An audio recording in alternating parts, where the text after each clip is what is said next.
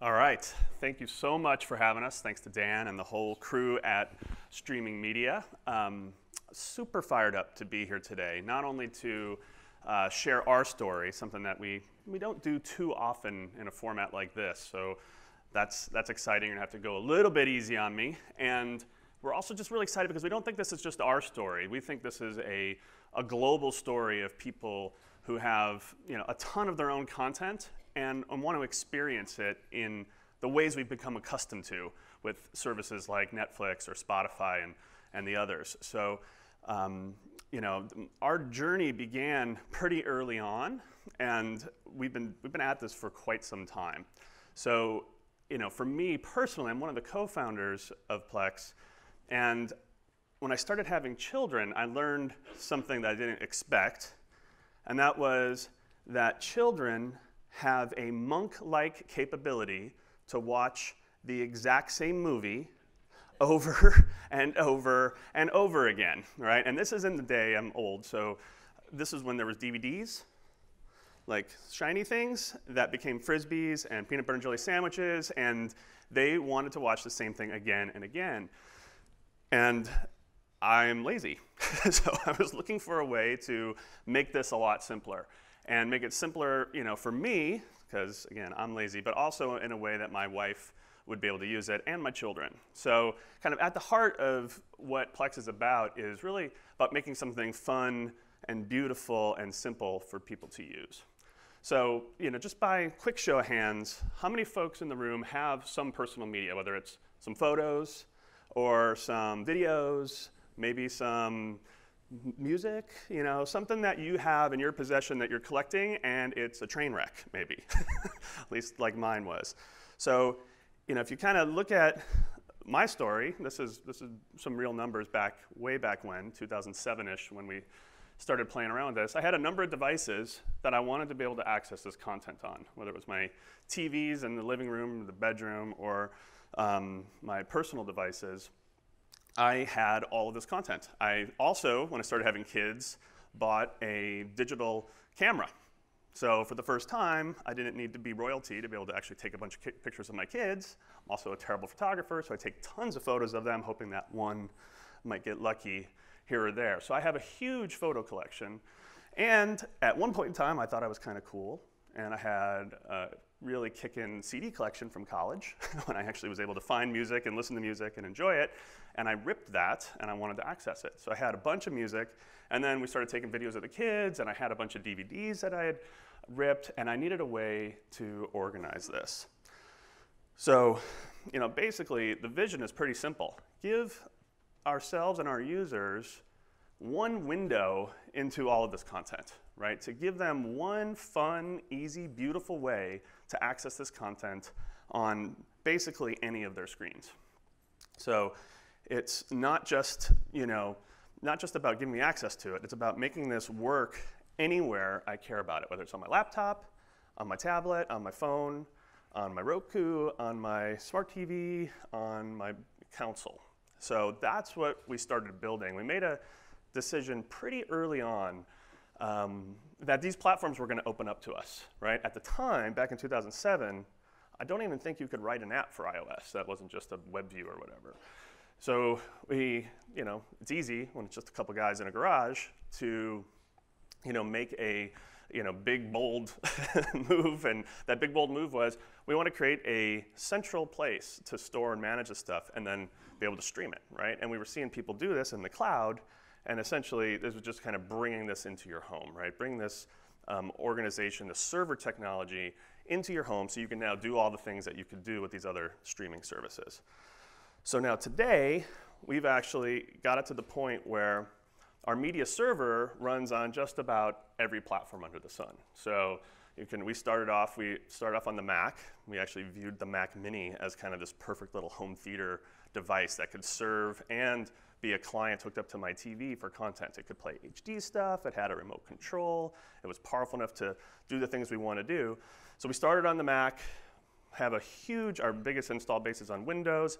We have a Linux form of this, and you'll see under this NAS category, we're partnered with all of the leading personal network attached storage providers, right? So the big ones are Western Digital and Seagate. We've just launched on their platforms recently, but we've been working with Drobo and Synology and Netgear and Thecus and QNAP and all these guys for a long time. And for some folks, they've never heard these names or even thought about this, but this market is really growing. I've got some stats at the end we can look at, but as our laptops start to, I think less and less laptops exist today or being sold today, and those that do have smaller capacity SSD drives.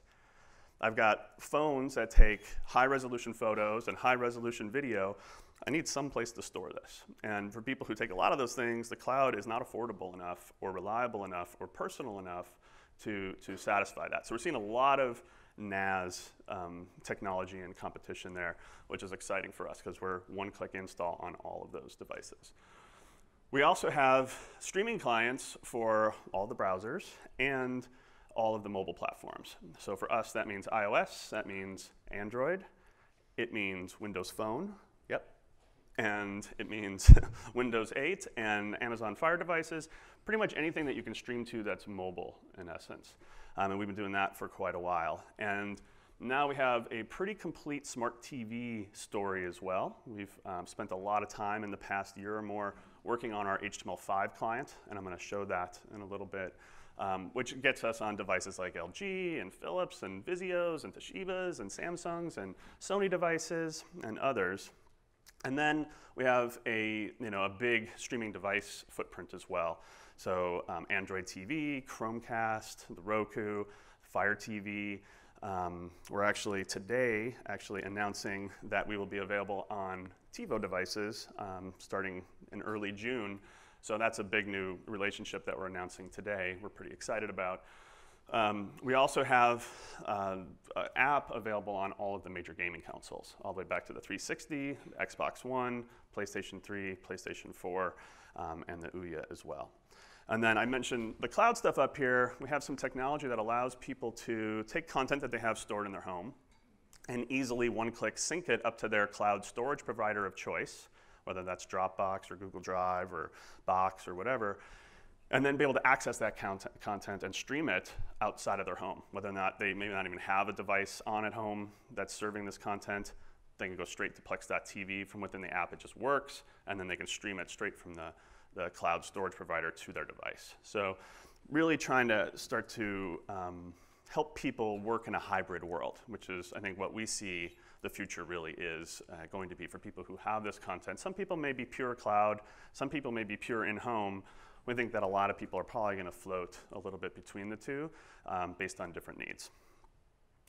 So with that, we've actually gotten to the point where we're, one of the key apps on a lot of these platforms. So if you were to go look right now, I didn't look this morning, but I looked yesterday, I think we're the 8th most watched app on the Roku, which I think sometimes surprises a lot of folks who don't use Plex because they didn't realize that. But we believe and we know that this personal media is really important to people, right? The photos of their kids and their music collections and their family videos is something that is, they will go out of their way to figure out a good solution for. And so this was taken a little while ago, so we're number 4. We've actually introduced a new version of our Plex app in a private channel on the Roku for our Plex Pass subscribers, and that's actually moved us down a little bit in the rankings because our most serious users have now gone to an app that's not tracked, and we'll bring that back later in the year. Android TV, you can see we're one of the key apps there. We have over 1.5, almost 1.6 million active installs on the Roku. And that's kind of pretty consistent on the other platforms. We've just happened to be on the Roku a little while longer.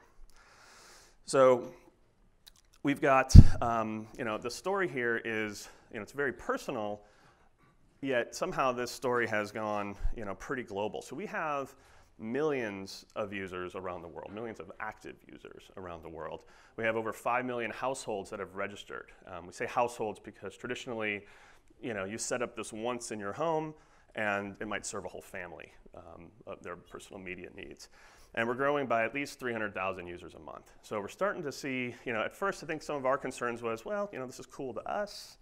Will this strike a chord with other people? And frankly, we've gotten to these numbers with almost no outbound advertising. So there is something going on here. This is all word of mouth, or what we call word of blog, people who get it. We have a lot of people who tend to be more technical, so a lot of the tech blogs will cover the things that we're doing. And I think that's how the word is spread, but it's mainly friend to friend, right? Hey, check this thing out. Hey, you've got this problem, here's a way to solve it.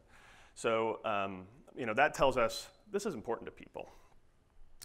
And I think the other interesting thing is it's not just a US thing. This is, for us, half of our users, more than half of our users are actually outside the US. So that also tells us this is not just some little niche market thing. This is a global problem. Everyone's creating photos, everyone's creating videos, everyone has this. So with that, I want to show you what this is. I'm going to give you a little demo of what Plex is, so you can kind of position it, because it's not Netflix, it's not Spotify. It's a little different, but it gives you an opportunity to create your own Netflix or your own Spotify. And I'm going to say this up front because I'm pretty positive something will blow up here. I just don't know what, but we're in this together. So this is a view. So I've installed the Plex Media Server on my laptop here. I have one running in my home. I can connect to that pretty easily. But what I want to show you is this is our kind of our management app, and this is my laptop here. And it's this easy. Typically, when you install it, it'll walk you through a wizard, and basically all you need to do is just tell it where your content is. So I'm going to create a sample movie folder here. These are movies that I've DVR'd. And I'm just pointing it at a folder of those movies. I'm going to add it, and boom. That's pretty much it. So it's now going to scan for all of these video files I have in there. I've done just enough naming of these files so that Plex can match that movie to some, because I'm telling it's an actual movie folder, meaning it's just some commercial movie that might have information online, metadata online. So our system then goes out and figures out what movie that is, and we're really good at that. We've been doing that for a long time, and it'll then go and get all of the metadata for that movie. So you can see it's now pulled up. You can't see it probably very well, but there's background art. It's got the summary. It knows who the director is, the writer, the cast. It's got all the stuff you'd expect. We've done some media analysis, so I know it's 1080p, and it's got Dolby, and it's 5.1. I know what genre it is, what the rating is, content rating, all that stuff shows up instantly for this movie. And now I've got this, this little content library. I can have multiple folders around my network if I need to, if they're not all tidy in one place. And we've now made this really gorgeous. You can see some of these movies I've had in my library before, and this little line underneath here is how far I made it through that movie before I fell asleep or got distracted or whatever it happened to be. So if I go back, it's keeping track. I'm actually going to delete this because I've already have a movie section with that, and it's going to be confusing to have these movies in here twice. So I can now see we do the same thing for TV shows. We go and get a ton of metadata for these different TV shows. Let's go find one here. This is something that was DVRing. We know if I had this set up, it would actually be playing the theme song for the show right now. So we do a bunch of stuff. Metadata is really, really important to us. And then I can go in and see which ones I've watched, which ones I haven't, and even get information specifically about an individual episode if I want, and the rating. So we do that for TV shows and movies. We do it also for home movies. So these are movies that, with my kids and the family, I can go in and tag them and create actors and do all that kind of stuff as well. Same thing for photos. So we can help you manage your photo collection, and we have some exciting stuff coming in that vein. And actually, just recently, we had a pretty major release around music. So we announced that we've done a deal with Keynote, which has a ton of music metadata and some technologies around being able to do fingerprinting of audio, Shazam-like sonic fingerprinting of tracks, so that you can get a perfect match to a song, an album, and an artist. So if you've got, like me, kind of a train wreck of oh God, I can't believe this, I'm sorry. I've got a mess of content, and your tracks are not well tagged, then this thing should be able to go through and clean it up and make it look really, really nice. It'll go in, let's go find, I think we found an artist that's actually on Beck. Here is a good one. Whoops. Beck, and here you can see we've got we've got art for him, we've got a description for him, we know exactly what genre he's in. This is all really, really clean metadata. This is not bogus. We actually go and pull the most popular tracks from his stuff. We've done a deal with Vivo so that we can integrate music videos into your music library here as well. So you'll see this little icon here means that I can play that music video on demand right now. Got his albums. Here's all the music videos that Beck has out there. And we can even see that he's on tour, and we update that information regularly and see where he is. And I can see similar artists in my library, so I can now start exploring around wherever I am. We've got a music player built into the web app, and then this content will now be available basically everywhere. We also have the ability to create a Plex mix, which is essentially like your iTunes Genius radio type of capability as well, where it'll make a playlist from content in your library that works with the song that you've triggered it from. So we've really taken music to the next level. So now I think what I'll do is I'll switch and I'll show you what this looks like on a mobile device. So this is, and it's gonna be tough for some of the folks in the back, but this is our Android app. I figure Android doesn't get enough show at these things, so we're going to show our Android app here. And you can see, you can't see it, there you go. This is my laptop server that I'm able to access. And I can access this both on the local network, like I am right now, but you can also choose to publish your server, and we can make your server available to you anywhere, over 3G, LTE, or whatever, and you can not only access the content, but you can stream the content to the mobile device as well. So we can see, here's a movie, it's got all the same metadata, and I can play the movie right on here if I want to. And our server will actually transcode, based on bitrate requirements. So if this is a 1080p movie and I'm coming in over 4G, the server will automatically, in real time, transcode that video, maybe downmix the audio and fix the bitrate so I can get it to this device. Or if it's a format like an AVI that iOS can't play, we'll transcode that as well. If it's something that we can actually transmux, if it's something that we can take the original, say H.264, and repackage it into HLS, we'll do that as well. So we're always trying to optimize the experience for the situation, and we've put a lot of work into our media decision engine to make sure that we can stream at the highest quality given the constraints that we have, either device or network. You can see with our mobile apps, PlexPass users can actually sync the content to the device and take it with them. So I could choose to do this, it'll prepare the file, I'll download the file, it'll be available on this device, and then from there I can either watch it, or these devices will actually show up as a little mini media server on the network I am. So if I go to my friend's house and he happens to have a Roku or a Chromecast, it'll actually be able to browse this and stream it right off of my phone. I don't have to be on the network to do that. So some interesting things like that. We also have the ability to cast to different devices. Both all the Plex apps can be cast to, as well as Chromecast, and we support AirPlay even from the Android app as well. So you can see I've got all of my content here, right? So all of the content that is available on my media server is available in a really beautiful and convenient way on my mobile device. So here's all my music. I can see, all that same music and get a lot of that same information, right here. I can watch the music videos. I can see all the albums, et cetera, et cetera. So that's the mobile experience.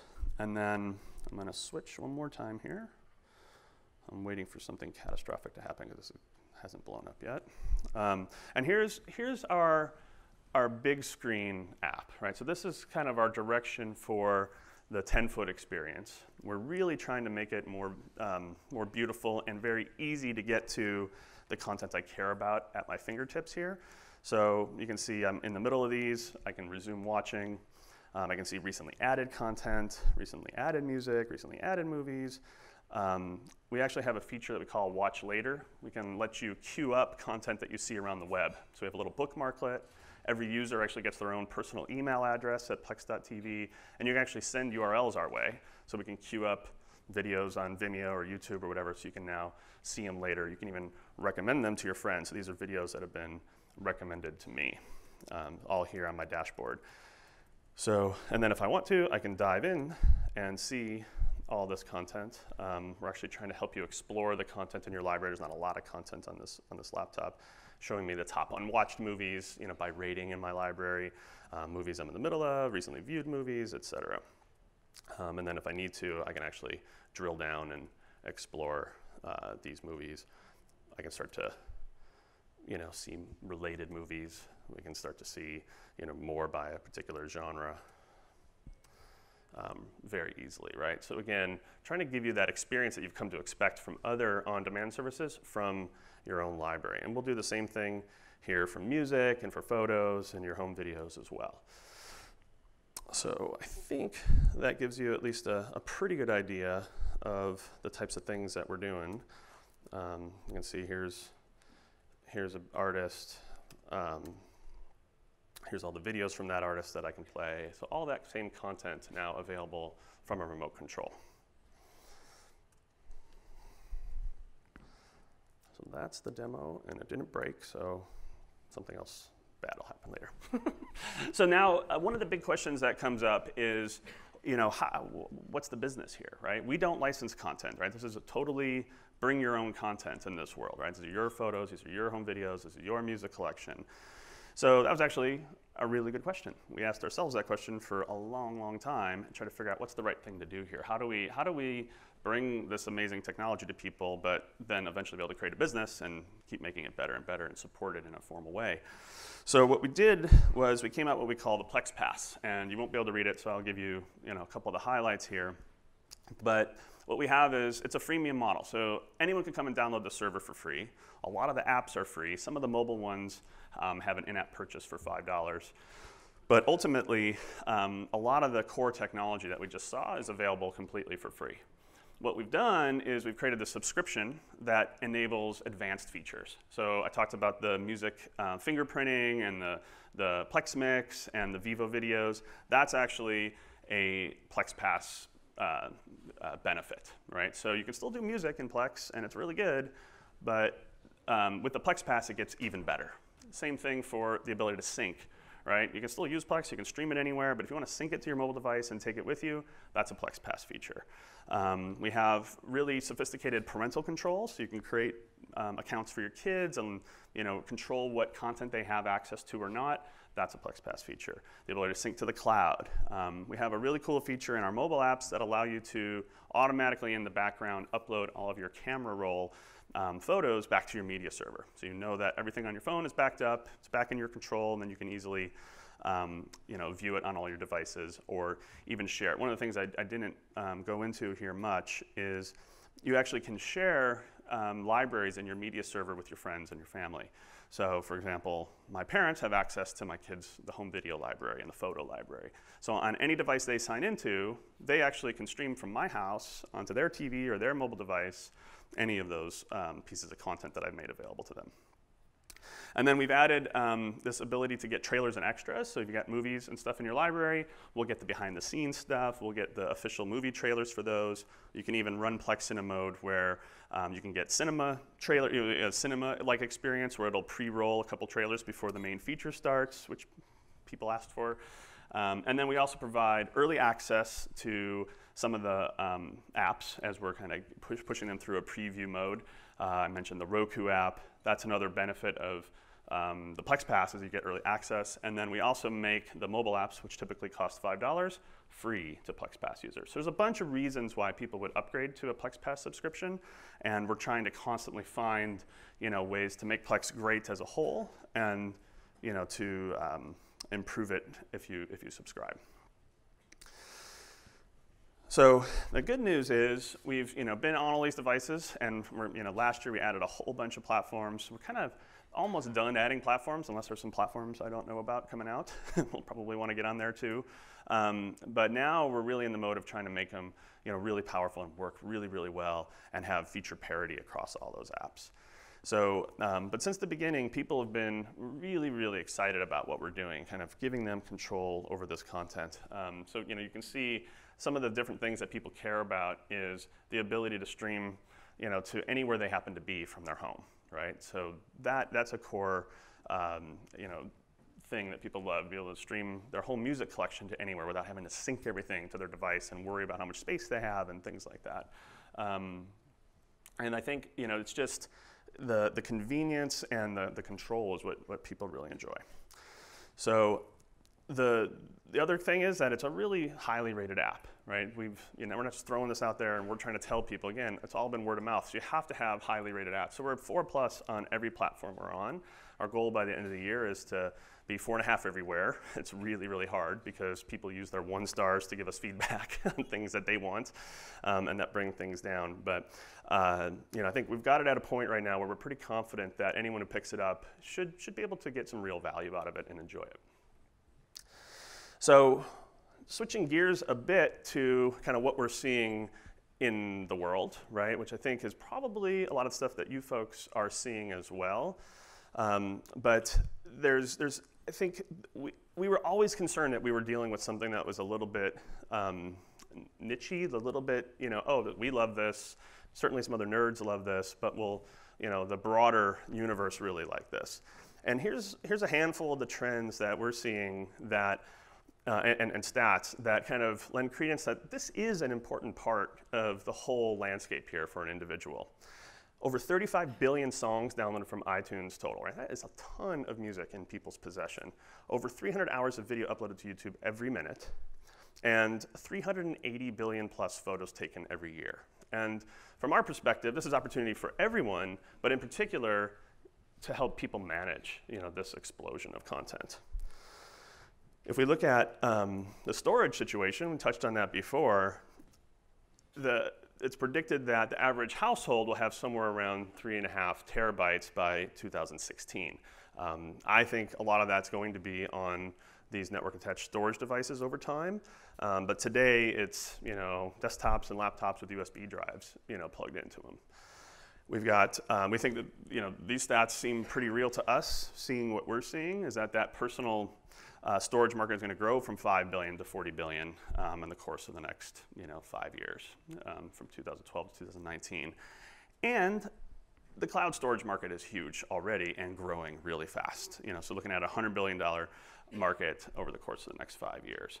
And like I said earlier, that's great. I mean, as far as we're concerned, where the content is stored shouldn't be the issue. The fact that it's your content that maybe you're not going to publish on a social media site, or it's your content that you don't want to upload to some streaming service is great. That's the type of market we're going for. We think there's this personal space that is just as important as the other space as well.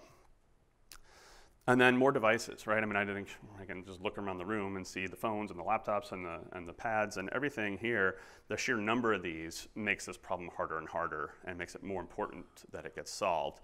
And this is the number of camera-equipped phones and the fact that so much of this viewing is going mobile and going to tablets and phones is another key component here, that we needed to be able to build something powerful enough to be able to stream to these devices from whatever network that person happens to be on or it happens to be coming from. We don't get to control both ends of this equation. We're finding ourselves having to work with really low-end processors on these devices with people who have really lousy upload bandwidth, and we're coming up with some creative solutions around trying to make that work. And then finally, the connectivity situation, right? I think the expectation, because of all these other great streaming services, is it just works no matter what. Everyone is connected, so now we've are in a position where we have to work within that framework and really meet people's expectations around what they can do with that connectivity. When we look at the amount of TV viewing, I would still say for us, it's an interesting stat that while almost all of our users, or at least 80% of our users, probably use Plex or have used it on the big screen and a mobile device, whether that's in the home or outside the home, where the actual time spent viewing content is on the big screen. Certainly people spend time viewing it on their mobile devices, but the real heavy usage is on the big screen. So seeing the sheer number of smart TVs and the other connected devices that are there is, you know, key to what we're seeing on the growth here, right? People still, as much as we're watching this stuff on tablets and phones, sitting on the couch, of which I'm a role model, is where people, you know, want to watch that content. So I think, you know, at the end of the day here, our goal has been to replicate some of these beautiful user experiences that we've seen in other places where the content's controlled and bring that to a personal level to give people access to their media anywhere, anytime, to not be, you know, tied to one platform. I think that's one of the big advantages we have. We do think this is a multi-platform world, whether that's, you know, different platform on your smart TV or whatever connected device you might happen to have in the other room, or what game console you choose, or what, you know, mobile operating system you're on. We want to provide a consistent and cohesive experience across all of these for you to organize, discover, and share any of this personal content at any time. And we think, you know, so for us, it started off as this very personal hobby and has turned into, you know, a thriving business, you know, that's global and growing quickly. And it's, you know, really been exciting to be a part of this, and really exciting to see where we're all going to go and take this together. So thank you very much, and I think we're going to do some Q&A now.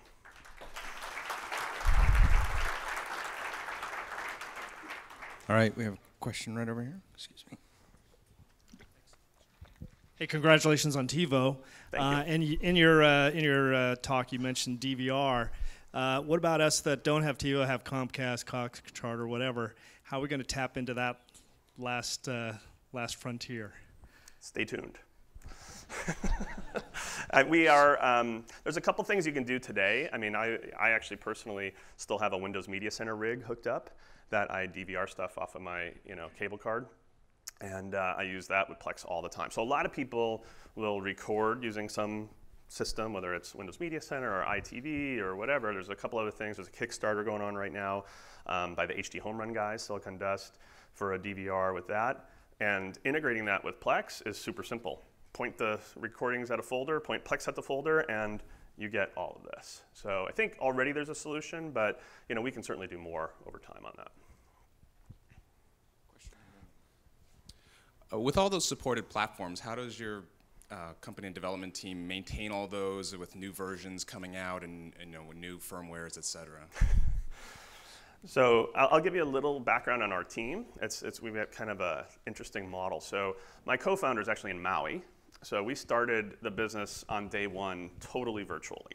And we've continued to do that. Our development team is actually spread throughout the entire universe. We've got folks in Sweden and Amsterdam and Spain and France and Germany and Switzerland and Portugal and South Africa and Russia and New Zealand and Mexico and Canada. And what we've done is we basically have hired the best people in the world to work on this project. And so I think part of what and we're about 45 full-time people, so we're not a huge team supporting almost every streaming platform and serving platform at the same time. So your question's a good one. We have to make smart decisions, right? Like everything we do has to be scalable. And because of the challenge and because of the, you know, issues that we've seen, every decision has to be smart. Otherwise, we pay the price. And we have paid the price, you know, a couple times. But we try to pick up and learn from that. So thankfully, we have really good relationships with almost all of these partners. I think if you were to go and ask any of them, in general, we're really good to partner with because we really care, right? We really want this to work. And typically, there's someone on the team who is a true fan or advocate of that platform. And they tend to be the lead. They tend to be a developer, right? And they often will get those firmwares in advance. So almost all of our partners will share stuff early with us, and we work really closely with their QA and ours to make sure, you know, things are going to work. It's not always perfect, but we take a lot of time to make sure that the core things are supported on upcoming firmwares. And we, like I said, we almost always get that stuff a little early, usually with enough time to test. And if not, what we do is we run early stuff through our Plex Pass thing, so people can opt in to earlier views, earlier access if they choose. So that's kind of our way to suss out, do we have some big regressions before we go mainstream with stuff. I may have missed it in the beginning, but is this platform somewhat secured that you're screening for that people actually have rights to all the content that they're putting in here? Are you So secure in the sense of rights. So I would say, Plex is not, we're not governing rights. That is not our place in this. We're essentially a tool and a platform for streaming content that you have. We don't stream any DRM'd content, right? Leave that to folks who, have access to DRM'd content and need to provide secure DRM access and make sure that's really safe. It is a bring your own content system. So, we think a lot of that usage are things that people have, good fair use rights for. We absolutely would not want to see people using us, in ways that would be illegal or violating rights. But it's hard at some level to manage that.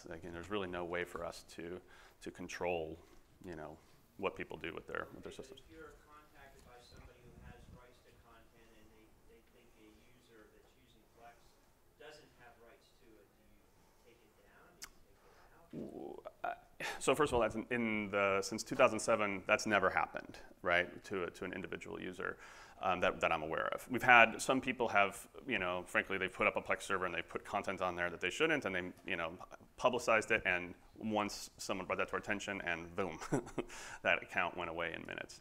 But for the most part, there's no way for us to even know what people have. We don't know what content you have on your server and what you're viewing.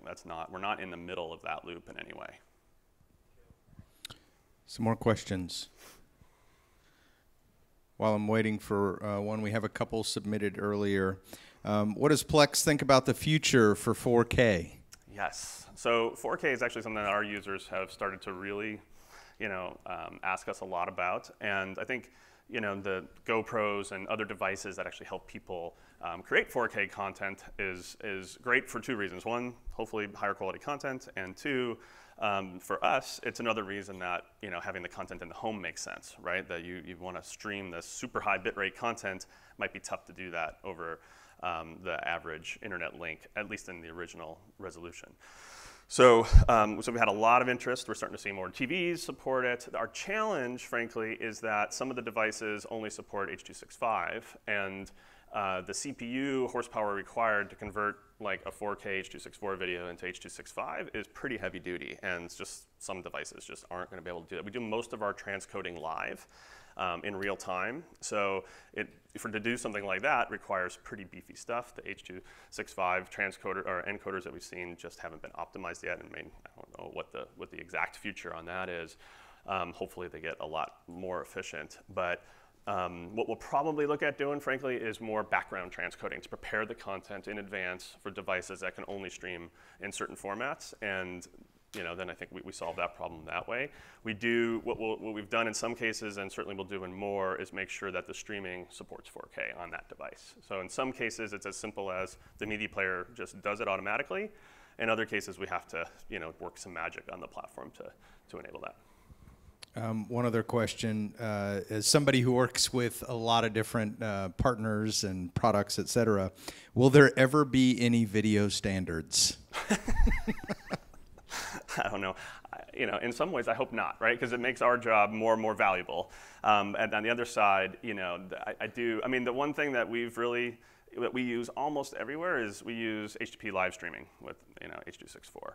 So that's been a big one, and it's been almost always we can kind of rely on good support on these platforms. I will say we do tend to break these platforms. Most of these platforms are used to streaming stuff off of Netflix or YouTube or Amazon or YouTube or whatever. And the internet bit rates that they're used to seeing are sometimes a lot different than a remuxed Blu-ray or something like that might be in someone's collection. And we tend to blow up decoders and the whole stack sometimes with stuff that these things just have never seen before and wouldn't see in their day-to-day usage. So sometimes if you see us kind of late to a certain platform, it's probably because we're pushing the limits of what that platform can do, and we're working with folks to get that fixed. But will we see standards? Part of me also says I hope we keep progressing. I hope we keep pushing the envelope, and that usually means, from my experience, that standards follow a little later. We tend to be on the cutting edge. Question right here. You talked about managing all of your growth from a scalable perspective. What are the big challenges in terms of scaling the areas, i.e. maybe as you're managing peak demand, transcoding, as your user base grows, et cetera? So, I mean, one of the greatest things about what we're doing today is it's the most distributed platform in the world, right? We've got millions of Plex media servers running all over the place because it's technology you run in your home, you run it on your NAS, you run it on your laptop, you run it on your desktop or whatever it happens to be. So the challenge there is supporting millions and millions of instances of our software running on, you know, combinations, you know, 20,000 plus different combinations of hardware, right? I sometimes get a little jealous of folks who control that end of the equation, right? They control the hardware, they control the network, they control where it runs, they control what software is running on there, and other things that run on the stack alongside it. Well, we don't get any of that, right? So that's been a challenge for us. You know, we've seen Windows XP is now, you know, no longer fully supported. It's hard for us to support platforms like that, right? These NAS providers all bring their own operating system, so that's fun to manage. So we've bumped into issues around that, but we've gotten pretty good around that piece. Over time, as we do more and more in the cloud, you know, we're a AWS shop. We actually use a number of other cloud service providers as well. So we're actually able to pretty easily throttle up and throttle down services based on demand. Do you have plans for supporting apps within Plex like Netflix or Hulu? So we don't have any plans to do that today, the premium content apps, because of the DRM requirements. You know, we've got enough on our plate right now just making what we have work really well, and I don't think Netflix or these other ones really care to, you know, they're building awesome apps themselves. Do I envision a world where, you know, perhaps there's some interplay there? I mean, yeah, I do, I hope so, but I don't think it'll ever be streaming inside of Plex. I just think that's not in their interest. I think they have deals with their rights holders that may prevent that, et cetera. So I don't see that happening. Now, for the tier below that, the non-premium DRM stuff, we already have a system. We call them channels. I didn't show them yet here, but I'd be happy to show you in a bit. We're actually on the exhibit floor. We're demoing, so we have stuff set up. So if anyone wants to see this and try to break it and do all that stuff, we're happy to do that. We'll all be there. But the channels allow people to plug in access to other content sources. Today, they're not officially supported, but there's hundreds of these channels that give you access to online streaming stuff, not DRM'd content, but, you know, stuff below. There's a great Vimeo plugin, for example, and TED Talks and things like that. So, so we do have access to that layer, and we actually think we can play a part in making that a better experience. The ability to do this bookmarklet on a video or email a URL to your Plex account and have it just show up everywhere is really, really valuable and well used across the system. Any last question? All right, we have one more question here.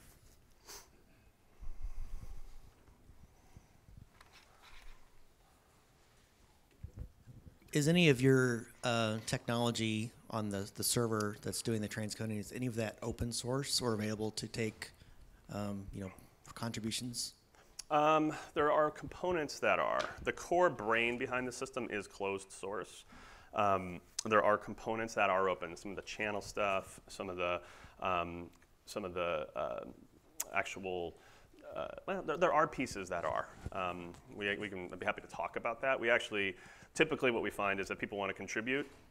We tend to work closely with them. We have a number of people over the years that we've put NDAs in place with and have worked with, and it's been great. I mean, that's how I would say some great proportion of our developers have come in because they're like, hey, I want to do this. And we're like, how about you do that and all these other things, and we'll pay you. So that's actually been a great way for us. But we've actually, we've had folks even just say, hey, I want to fix this one thing. You know, either are you going to fix it or can I fix it? And we've worked with them on that. Excellent. A nice round of applause, please. Scott Olechowski.